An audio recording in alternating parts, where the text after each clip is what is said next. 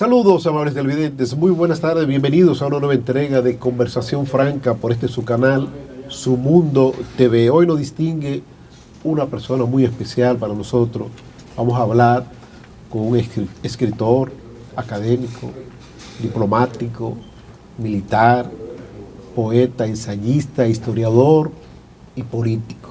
Fundador del partido Quinta República, Fundación Quinta República. Conversaremos con el general retirado José Miguel Soto Jiménez. Bienvenido, general.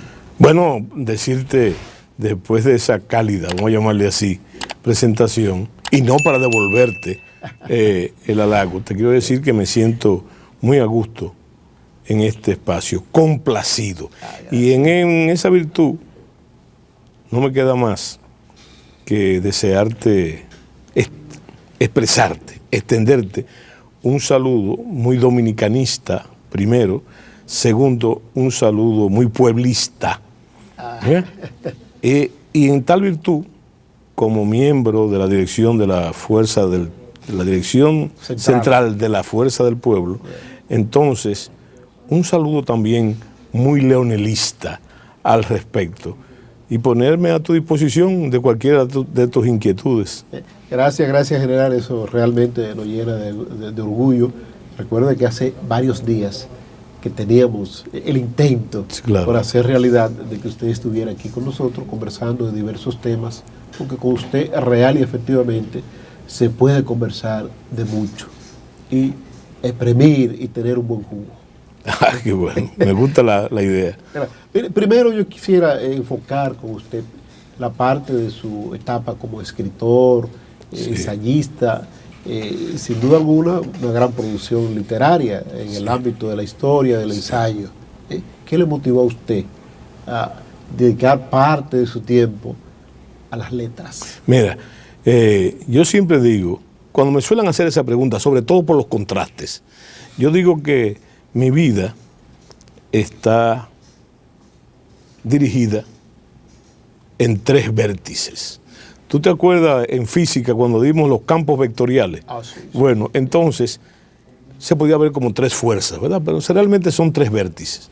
Y yo te digo, sin tremendismo, que los tres vértices en que se ha desarrollado mi vida gozan de mala reputación. ¿Cuáles son esos tres vértices? Bueno, el primero, y fue lo primero que yo fui en mi vida, sin pretender ser un niño prodigio ni nada de eso.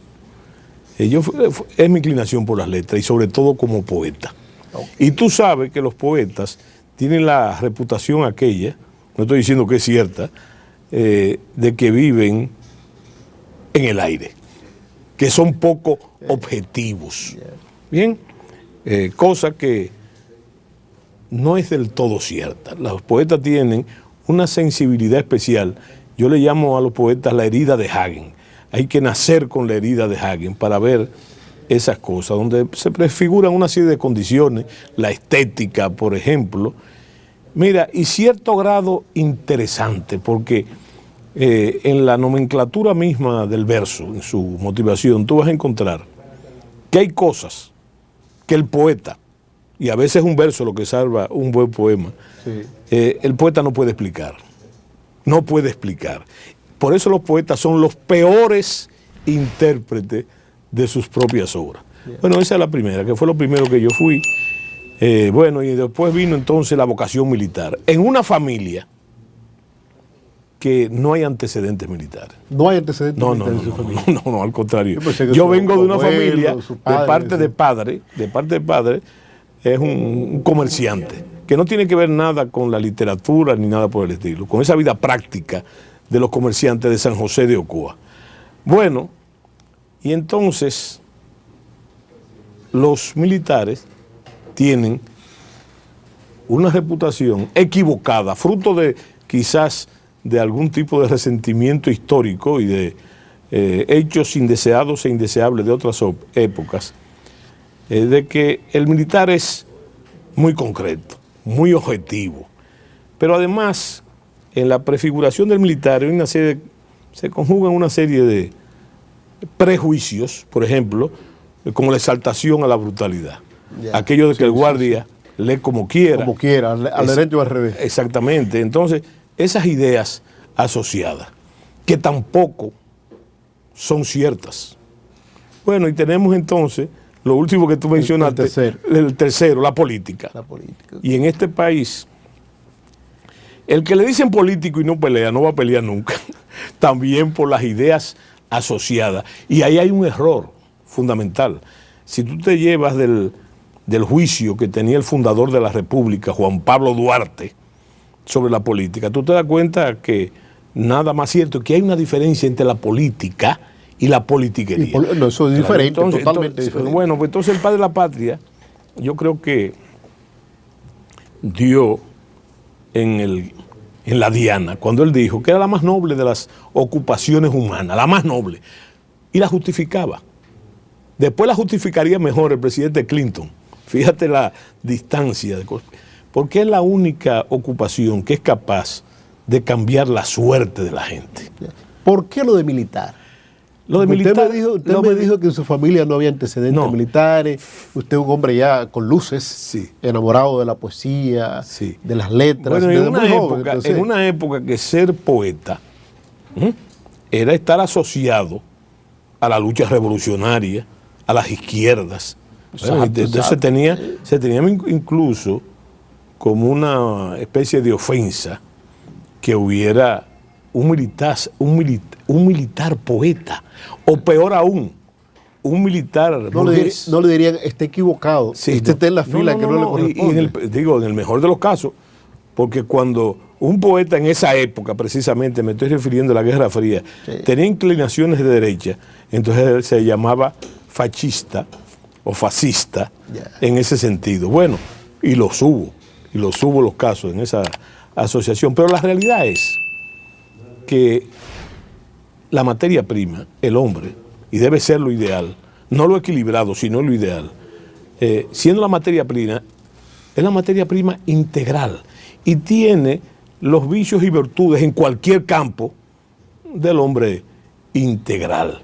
Yo no sé si tú te acuerdas aquella frase famosa, soy hombre, nada humano, me es extraño. Bueno, en ese mismo sentido hay que catalogarlo. ¿Y cómo llegué yo a lo militar? Fíjate. Vamos a ver, ¿cómo llegó a lo militar? Bueno, mira, en una familia sin antecedentes, porque por parte de madre, entonces, mi familia, por mi abuelo materno, tiene que ver con, era maestro, pero además de eso, escritor, dramaturgo, poeta.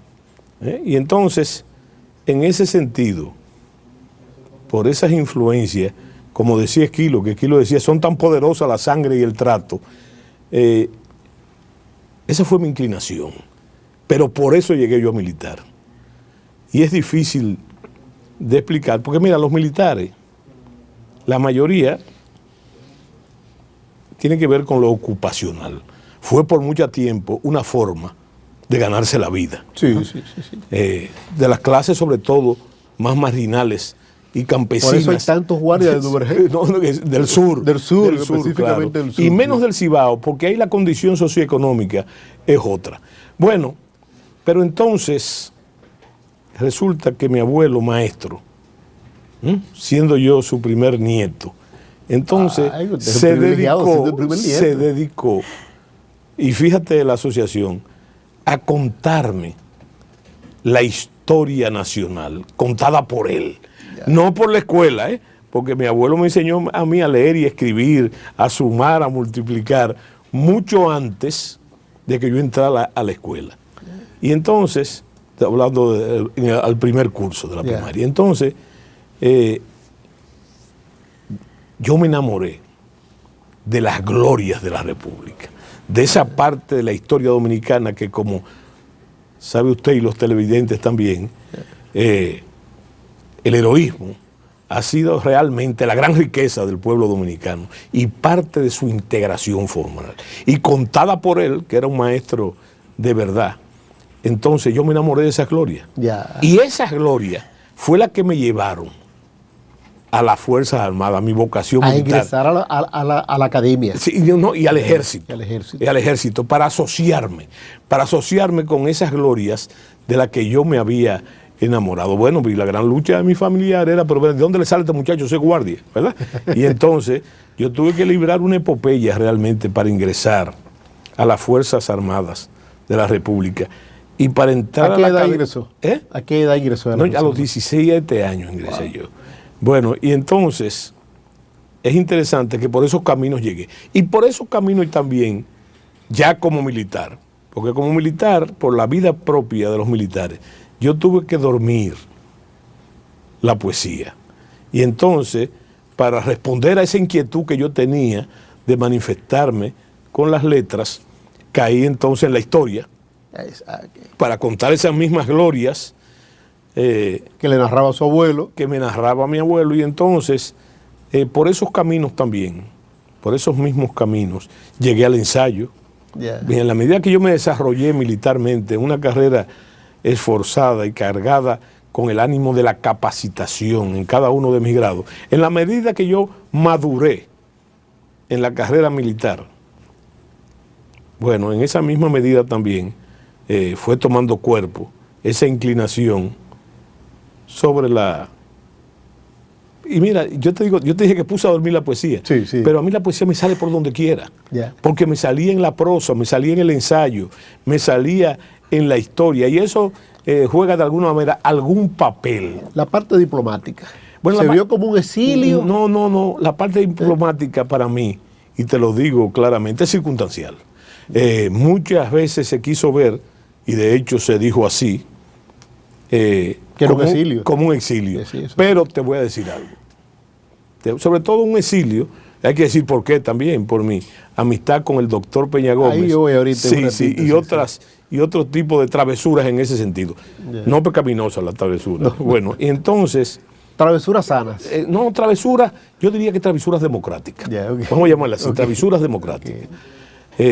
Porque hay que saber también que el nuevo gran papel de las Fuerzas Armadas, en el presente y desde hace un tiempo, es servir de instrumento a la gobernabilidad democrática. Y entonces, para completarte la idea, escúchame que te interrumpa. No, está bien, perfecto. Entonces, te voy a señalar que la primera vez que se me planteó a mí el asunto del exilio, y debo decirlo aquí, fue una conversación con el presidente, entonces presidente, Leonel Fernández. Y entonces... El primer gobierno del presidente Fernández, claro, el primer gobierno, 2000. Sí, claro. Yo duré 4 años, casi 4 años como agregado militar. En Washington. Y déjame decirte, estando en Washington y antes de irme, yo fui despedido por el presidente Fernández, cosa que le lució a mucha gente extraña, pero eso es una de las características del presidente Fernández, su calidad humana.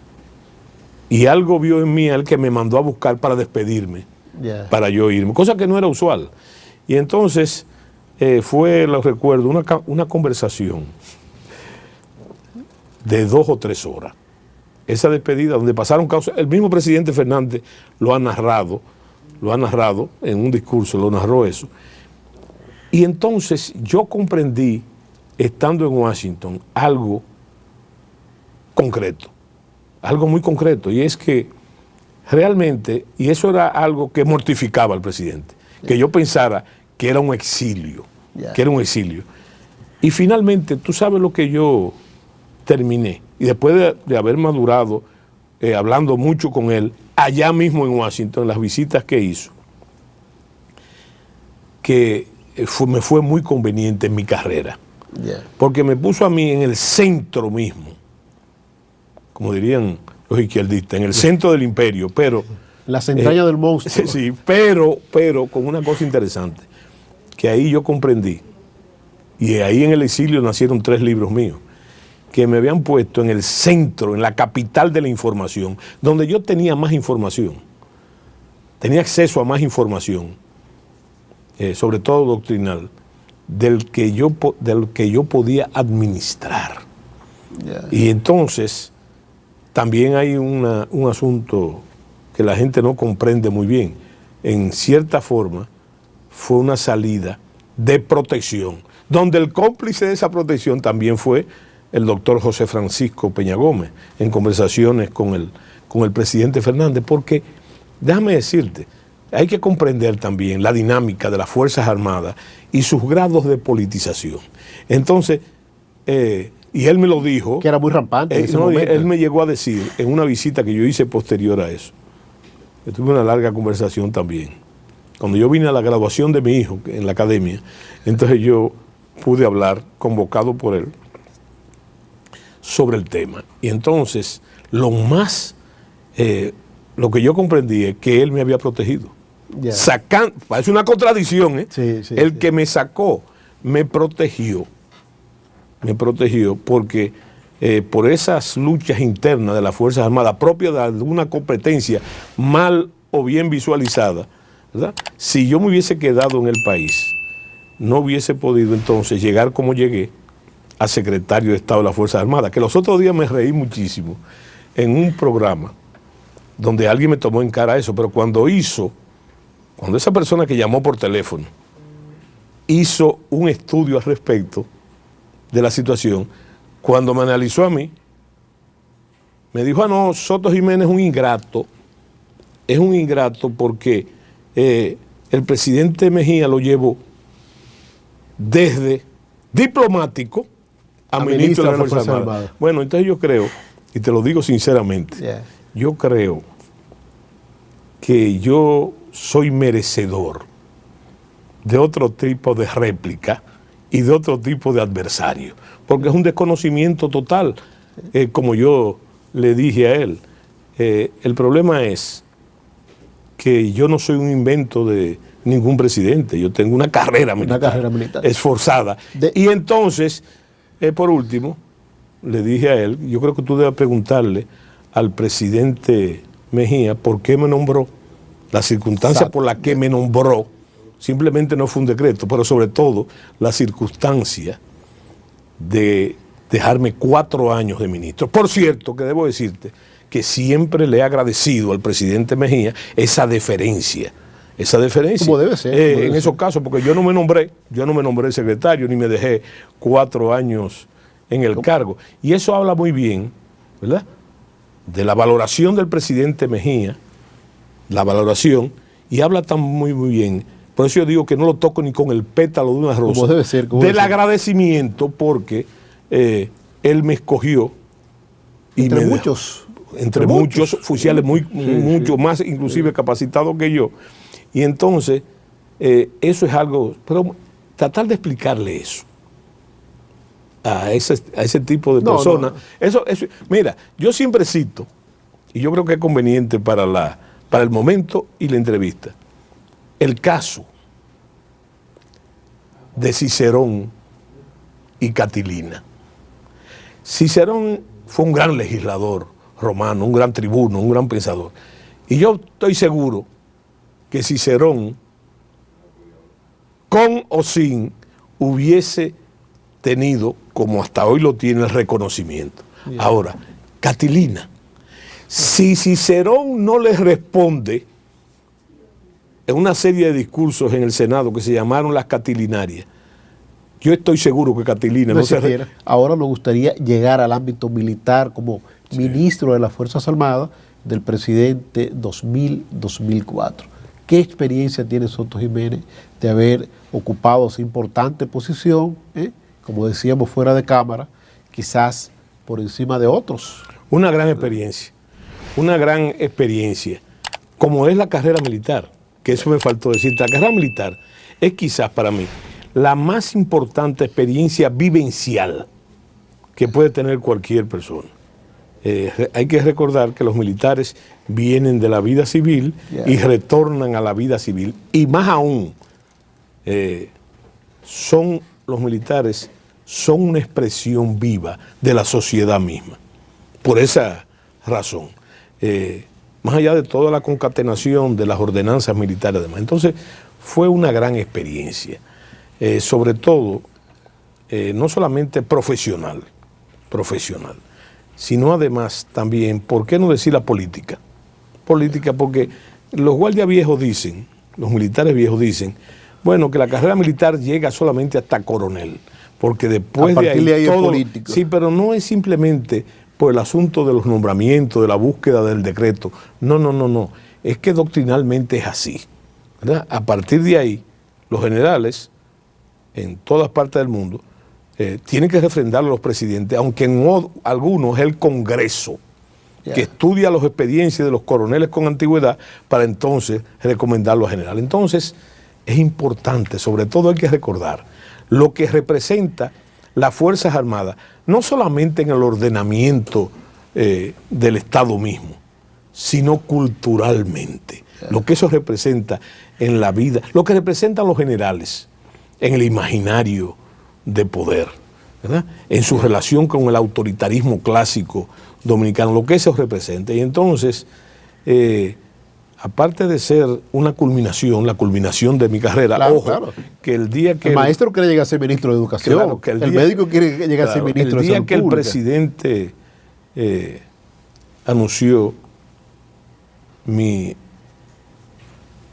la posibilidad de que yo fuera ministro, y no solamente la posibilidad, que lo anunció como es una tradición del PRD, fue una anunciar en transición. El primero que hizo eso en la historia contemporánea del país fue el profesor Juan Bosch, ¿verdad? En la transición anunció su gabinete. Claro, y entonces eso siguió repitiéndose. Bueno, pero yo le dije al presidente en esa ocasión, al presidente no, a la prensa, cuando fui abordado, yo le dije, bueno, el presidente ha honrado mi carrera, cosa que yo agradezco y agradecer siempre. Ya usted tenía el rango de general. Sí, el general de brigada. General de brigada. Sí, entonces, y en esa tesitura yo dije que él había coronado mi carrera, honrado mi carrera, pero a la vez le había puesto fin. El mismo día que yo fui nombrado. Claro, claro, ahí mismo porque culmina. yo dije que era la última posición en ese orden que yo iba a tener acceso. Bueno, entonces siempre estuve en el desarrollo, no solamente la objetividad de la circunstancia que yo estaba viviendo, sino también el momento histórico. Pues recuérdate que una de mis aficiones es la historia. Y entonces siempre colocaba esa experiencia extraordinaria de mandar hombres al más alto nivel con los antecedentes históricos y las referencias históricas. Déjame decirte que eso, sin afectaciones, es un gran momento. Y me llevó sobre todo a la comprensión de que todas las divisiones políticas, esas divisiones que marcan, que tanto han marcado la historia de la República Dominicana, son artificiales. Para mí hay dos tipos de dominicanos, solamente dos tipos. ¿Cuáles son esos? Bueno, uno, el que es dominicano y lo cumple en cualquiera de sus circunstancias, estando consciente de sus derechos, estando consciente de sus deberes, ¿verdad?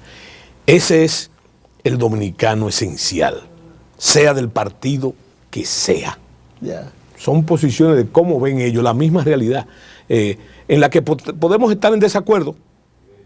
Si estamos en acuerdo en lo único importante, que es la defensa de la nación y sus atributos, entonces eso nos da el lujo de tener desacuerdos.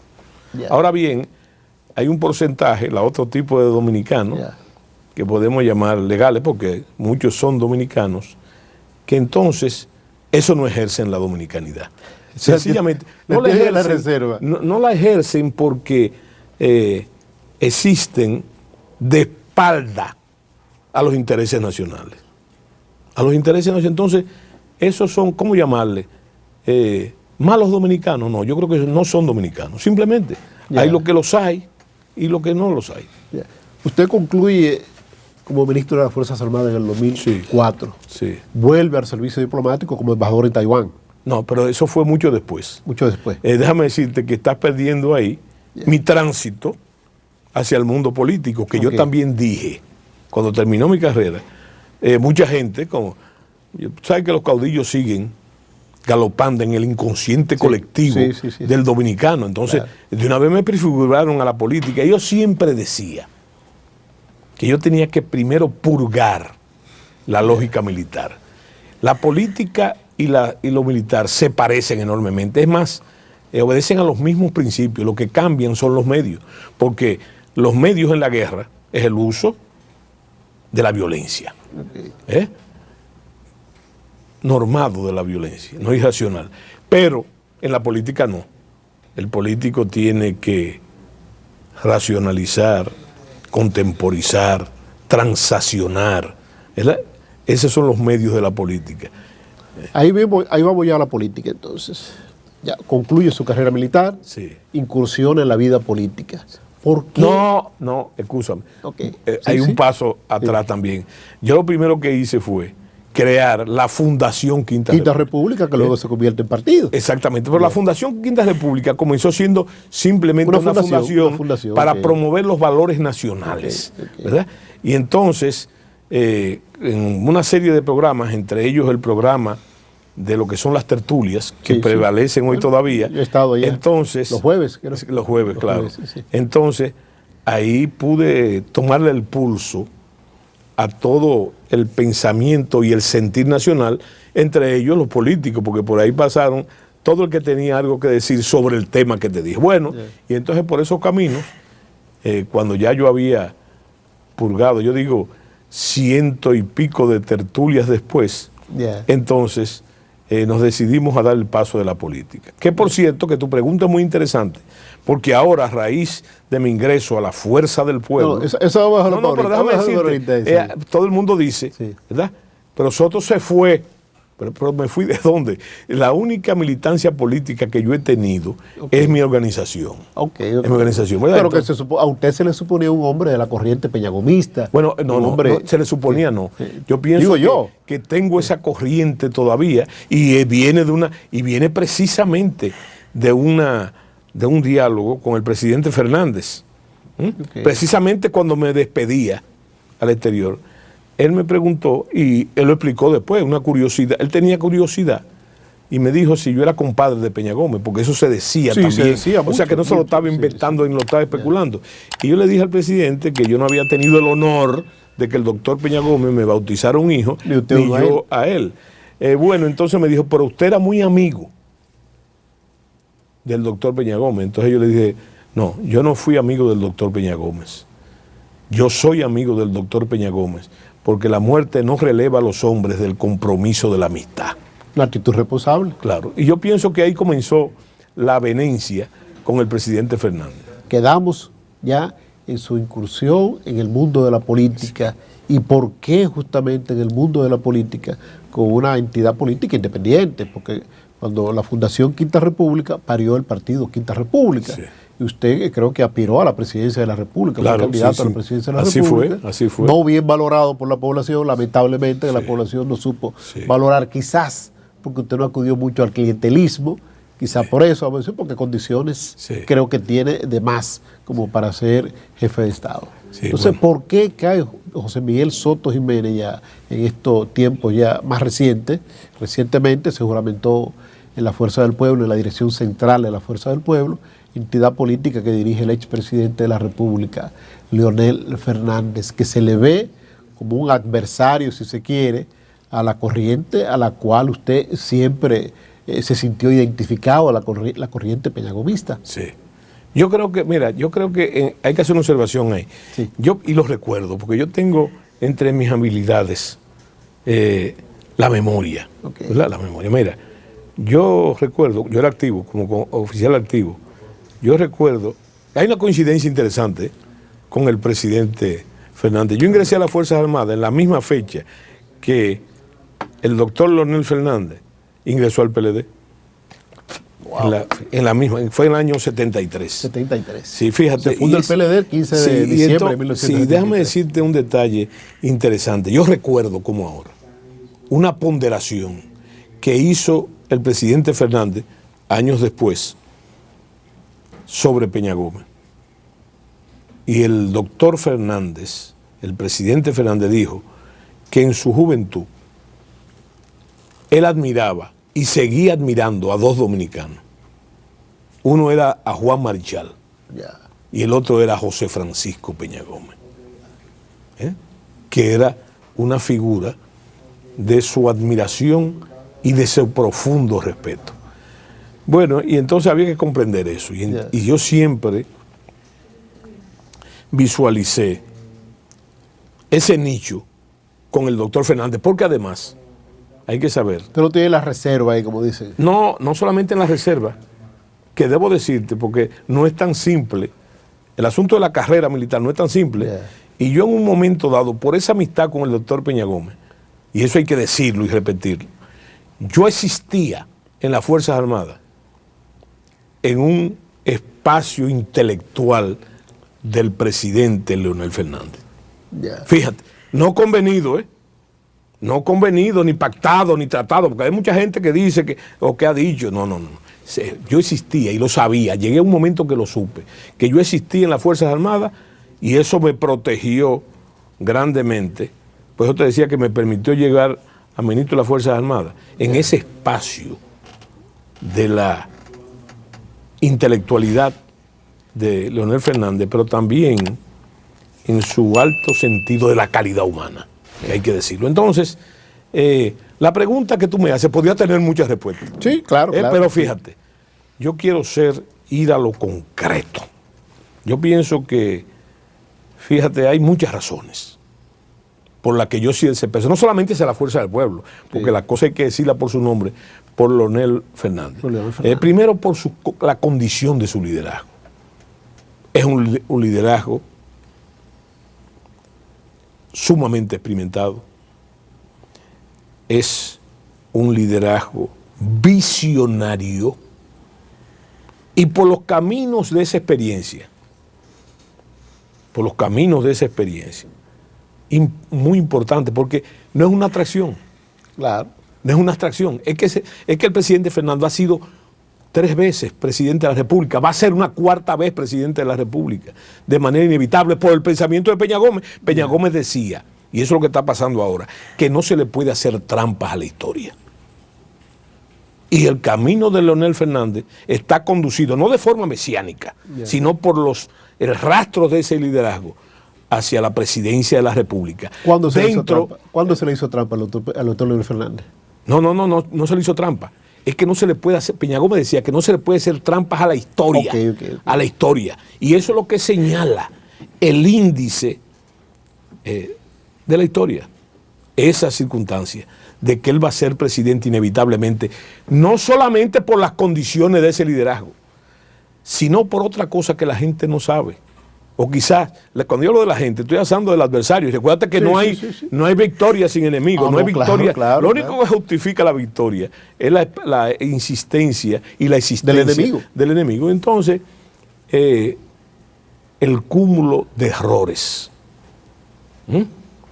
Que no hay que fijarse en las encuestas, porque las encuestas mismas lo señalan. La gran contradicción de las encuestas, de las últimas encuestas, de cuyo nombre no quiero acordarme, ¿verdad? Esas contradicciones señalan claramente. Ellas se señalan, las contradicciones. ¿Cómo va a ser, por ejemplo, cómo se va a hablar de que hay un 70% en esa encuesta de lo que piensa la gente de la inseguridad ciudadana y de la violencia, de la que el presidente Fernández ha hablado en sinnúmeras ocasiones? ¿Cómo se explica entonces que un 62% de esa misma encuesta señale, por otro lado, y eso es una incongruencia tremenda, el alto costo de la vida y la inflación? ¿Cómo es posible?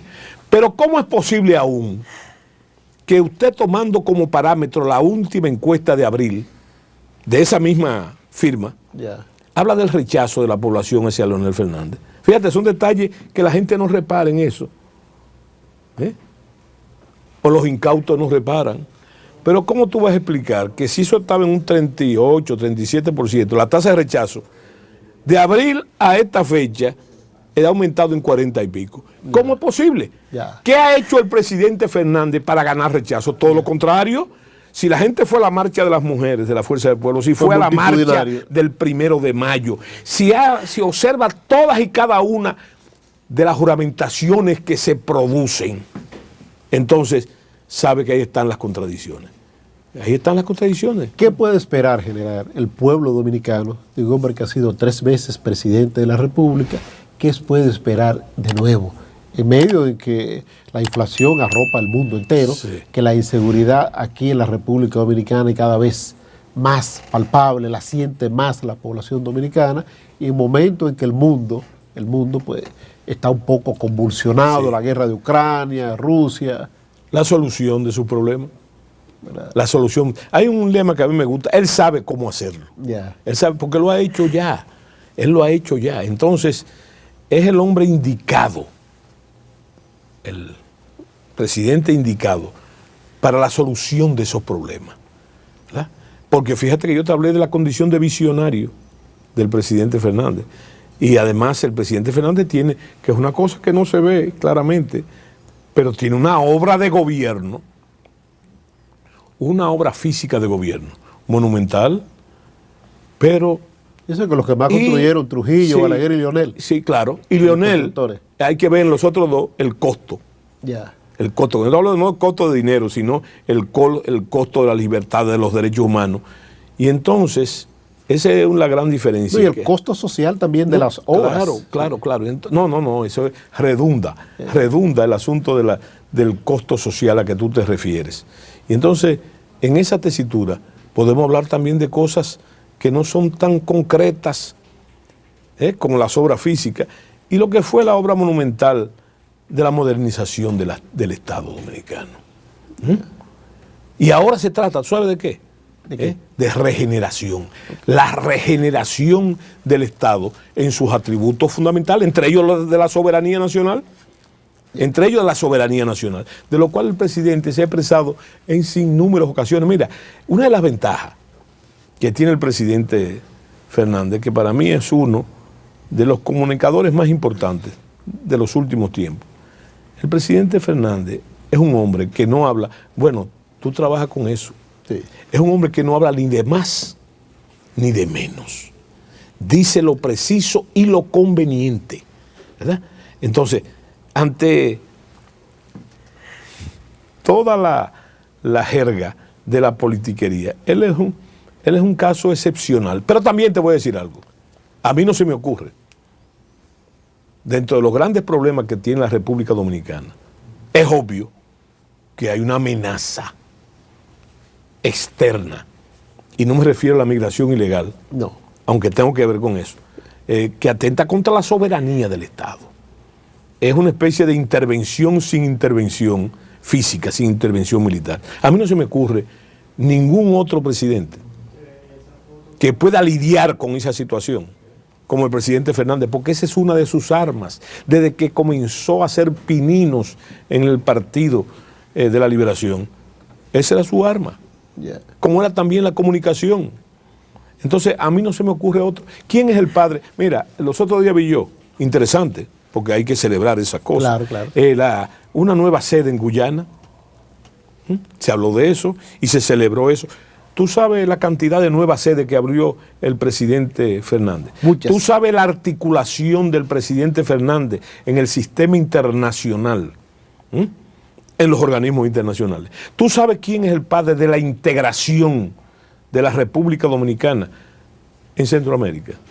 Que por cierto, uno de los grandes defensores de nuestra circunstancia con respecto al tema de Haití ha sido precisamente Centroamérica. Ahí están nuestros principales aliados. Eso es obra del presidente Fernández. Tú sabes, en el caso de Nueva Sede, el caso de la India, mucha gente se rió cuando el presidente Fernández hizo eso. Y si tú sabes lo que significa la India ahora y lo que ha significado. El país más poblado ahora mismo. No, pero sobre todo, no solamente más poblado, la India como potencia tecnológica pero que también fue integrada al ICLA. Aquí el presidente Fernández trajo una serie de instructores. Mira el caso también de ahora que se debate, porque yo creo que el gobierno actual no necesita de oposición. Ellos mismos se hacen la principal oposición. Usted sabe que yo fui mucho tiempo militar, ¿verdad? Sí, Entonces, señor. La disciplina obliga. Y hay que seguir el sendero del líder, la orientación del líder. Bueno, a mí no me gusta llegar, cosa que nunca hace Leonel Fernández, a lo personal. A lo personal. Esto no es un asunto personal, esto es un asunto político. Es un asunto político, pero además, esa aclaración luce como media mostrenca, porque es como tratando de estar y no estar. No, yo no puedo ser así. Yo pienso que la gestión del actual presidente Abinader ha sido frustratoria para una gran mayoría de la población. Una gran mayoría. Inclusive, si usted oye el discurso contestatario en su propio partido, se puede decir que ahí está la principal problema. Bueno, y entonces se ha hablado mucho, porque es una característica cultural del pueblo dominicano, que el presidente es un hombre bien intencionado, yo no pongo en duda, pero en la actual crisis que vive la nación, yo me pregunto, a la hora que se habla de reelección, ¿qué es lo que vamos a reelegir? Las buenas intenciones. Para el campesino dominicano... son las acciones. Las buenas intenciones, el camino del infierno está lleno de buenas intenciones y de infierno se trata. Del infierno del que están pasando los grandes sectores de la República Dominicana y que todos están contextos de que tienen un mal sabor. Entonces, en esa tesitura, la reelección es algo cuesta arriba. ¿Verdad? Fíjate que yo cuando veo la articulación de tratar de manipular la percepción, cosa que es inútil, de la población, con esos artificios de los conteos además y de las encuestas, yo me pongo a pensar que entrevistas rosas. Sí, y además no, que hay una subestimación. Bueno, si tú te refieres a esa entrevista rosa que yo estoy pensando, déjame decirte una cosa. Tú que eres un veterano en esas lides, volvemos al asunto del adjetivo. El adjetivo cuando no pone mata. Y hay entrevistas que no deben darse. Ahora, pero nosotros no estamos aquí, ¿verdad? Para valorar a otros. No, estamos todo lo contrario, aquí, ni para corregirlo tampoco, ni enunciar sus defectos, porque como decía Napoleón, y también lo dijo el almirante Nelson, se discute quién de los dos fue que lo dijo primero, pero el almirante Nelson dijo, son figuras contemporáneas, pero él dijo, que cuando el enemigo se está equivocando, no lo interrumpas, ¿verdad? Y eso tiene que ver mucho con una concepción táctica. Déjalo tranquilo. Sí, déjalo tranquilo. Bueno, y entonces yo pienso que con esa valoración que te estoy diciendo, que el propio presidente parece asumir, si vemos esa entrevista rosa, tú vas a ver que si tú la ves inmediatamente después de las encuestas, ¿verdad? Entonces yo creo que, yo antes pensaba que era articular la percepción, pero en otro sentido, después de ver, es como si se tratara de convencer al mismo presidente de que vaya a la reelección. ¿Usted cree que existe la posibilidad de que él no se presente? Bueno, no, yo no quiero, fíjate, yo no quiero valorar esas circunstancias. ¿Tú quieres saber por qué? Sí. Te digo por qué, porque no es importante. Lo que hay que valorar es el trabajo de la fuerza del pueblo. Que la gente debe saber que es una de las organizaciones, al contrario, como se ha dicho, más organizada y más disciplinada y más entusiasmada. A propósito de la fuerza del pueblo, se avecina ya el cierre de las inscripciones de los precandidatos. Sí. Hay una reserva importante. ¿Estaría usted la disposición de sacrificarse, ir en la boleta de la fuerza del pueblo en una posición electiva? Eso de sacrificarse me recuerda a mí lo que decía el doctor. Si se lo requiere, se sacrifica. Porque, por ejemplo, en Santiago. Yo soy un soldado en eso. Ahora, yo lo que quiero dejar bien claro, fuera de toda tradición, que mi interés fundamental es que la fuerza del pueblo y el presidente Fernández ganen las elecciones. Esa es mi misión fundamental. Y después, como dijo el poeta, 5 segundos después de la victoria, entonces que sea el presidente de la República el que determine no solamente mi suerte, yo no lo veo como suerte, sino la continuación de esta labor esforzada, que no termina con las elecciones. Continúa más allá. Ahí es que comienza. Gracias general por haber estado con nosotros, por haber dispuesto de su tiempo precioso para estar con nosotros en este diálogo interesantísimo, en conversación franca por este su mundo, por este su canal, Su Mundo TV. Que es realmente franca, claro, muy franca. Sí, espero pues volver a contar con usted en otro momento. Cuando quieras y desees, vuelvo. A ustedes, amables televidentes, mañana les espero en otra conversación franca como el del día de hoy.